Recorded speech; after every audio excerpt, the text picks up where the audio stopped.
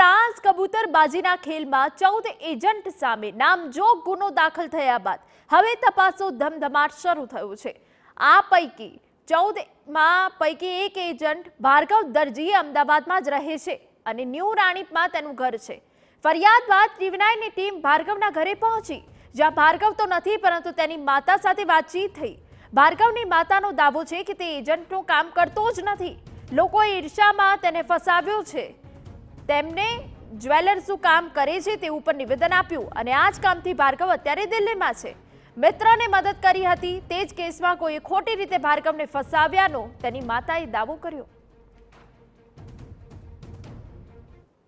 Sir, અમેરિકામાં પ્રવેશ કરવાના કેસ મામલે સીઆઈડી ક્રાઇમે 14 જેટલા એજન્ટો વિરુદ્ધ ગુનો નોંધવામાં આવ્યો હતો, જેમાં અમદાવાદના ભાર્ગવ દરજી વિરુદ્ધ પણ ગુનો નોંધવામાં આવ્યો છે। ટીવી9ની ટીમ ભાર્ગવ દરજી જે ન્યૂ રાણીપમાં આવેલું સત્ય હોમ્સ જે મકાનમાં રહે છે ત્યાં આગળ પહોંચ્યા છે। તે તો ઘરે નથી પરંતુ તેમના માતા છે હર્ષિતાબેન, તેમની સાથે વાત કરશું। બેન, જે ગુનો નોંધવામાં આવ્યો છે એમનું નામ એજન્ટ તરીકે ઉલ્લેખ કરવામાં આવ્યો છે, શું હકીકત છે? એજન્ટ તરીકે કામ કરે છે કે શું છે? નહીં, એજન્ટ તરીકે નથી કરતા। અમારો જ્વેલરીનો ધંધો છે અને ઓર્ડર લઈને વેપારીનો માલ બનાવીને વેપારીને પરત કરે છે, બસ। બાકી અમારો એજન્ટનો ધંધો નથી।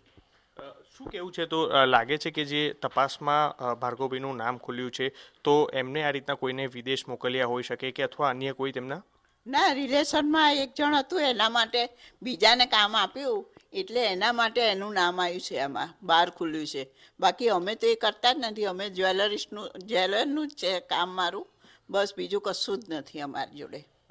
આ રીતના એજન્ટ કોઈ પણ કામ આપે, કીધું કે કામ આપ્યું, આ જ રીતના લોકો ગેરકાયદેસર અમેરિકા જતા હોય છે, તો કોઈને વિશ્વાસમાં રાખી અથવા કોઈને કામ સોંપી અને ત્યાં પહોંચ્યા બાદ પૈસા આપવાના હોય છે, તો એમને કોઈ એવી બાંયધરી લીધી હતી? નહીં, એવું નહીં કે તું આ કામ કરી દેજે ને ભાઈ આને મળાવી દઉં એટલે તમે કોન્ટેક્ટ કરી લેજો એમ, બાકી તો બીજું કશું જ નથી કર્યું એણે। તો ભાર્ગવભાઈએ કોઈ એજન્ટને સંપર્ક કરાવી આપ્યો તો કે? હા, એજન્ટને સંપર્ક કરી આલ્યો કે આ મારો મિત્ર છે તો તમે આટલું એનું કામ કરી દેજો અને જે લેવડ દેવ હોય એ તમે જોઈ લેજો, બસ એમ। કોણ છે એજન્ટ કે કોણ? એ મને બધી ખબર નથી હો ભાઈ।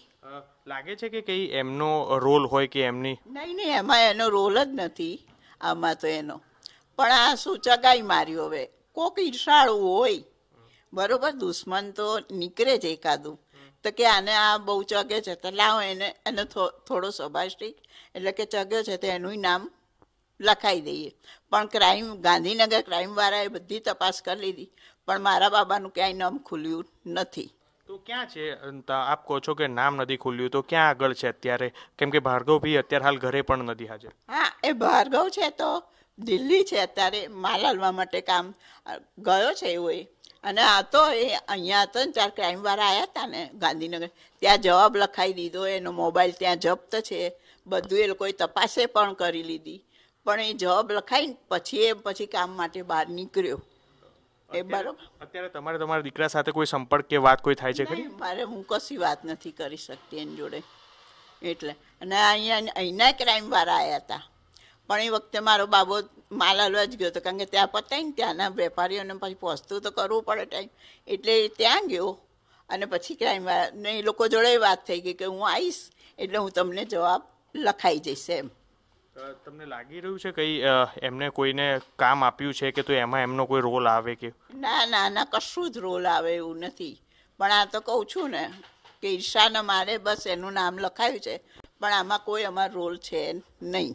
ભાર્ગવભાઈના આ માતા છે કે તે કહી રહ્યા છે કે તેમને જ્વેલર્સના હોલસેલનો વ્યવસાય છે, તેમને કોઈ પણ આમાં તેમનો રોલ છે તેવું એ તે નથી કહી રહ્યા, પરંતુ અત્યારે હાલ ભાર્ગવભાઈ છે તે દિલ્હી હોવાનું તેમના માતા છે તે કહી રહ્યા છે અને કોઈ પણ સંપર્ક નથી, તેમને સીઆઈડી ક્રાઇમમાં પણ નિવેદન છે તે નોંધાયું હોવાનું કહી રહ્યા છે। પરંતુ હાલ તો સીઆઈડી ક્રાઇમે જે આ આખા ફ્રાન્સના વાટરી એરપોર્ટ ઉપરથી જે ગેરકાયદેસર અમેરિકા જનાર જે મુસાફરો હતા તે આખું રેકેટ પકડાયું હતું અને ત્યારબાદ 66 જેટલા ગુજરાતીઓ જે પરત આવ્યા હતા અને તેના નિવેદનમાં સામે આવ્યું હતું કે જે આ 14 જેટલા એજન્ટ છે કે તેમના મારફતે તે લોકો આ ગેરકાયદેસર અમેરિકા છે તે જવાના હતા, પરંતુ હાલ તો આ 14માંથી જે અમદાવાદના ભાર્ગવ દરજી છે તે અત્યારે હાલ મળી આવ્યા નથી, પરંતુ તેમના માતાનું નિવેદન છે કે તેમને એજન્ટો નથી, પરંતુ તેમને અન્ય કોઈ એજન્ટને તેના મિત્ર માટે વાત કરી હતી કે તે પહોંચી જાય ત્યારબાદ તેને કોઈ પણ પ્રકારની પૈસાની કે કોઈ જરૂર હોય તો એ આપશે કે તે રીતના તેમને સંપર્ક કરાવ્યો હતો. એટલે હાલ તો તેમનો કઈ રીતના રોલ છે તે તપાસ બાદ જ સામે આવશે. આ જ રીતના અલગ અલગ 14 જેટલા જે એજન્ટો છે કે જે અહીં ગેરકાયદેસર અમેરિકા મોકલવામાં તેમની સંડોવણી સામે આવી હતી. કેમેરા પર્સન ઇમરાન શેખ સાથે મિહિર સોની, TV9 અમદાવાદ.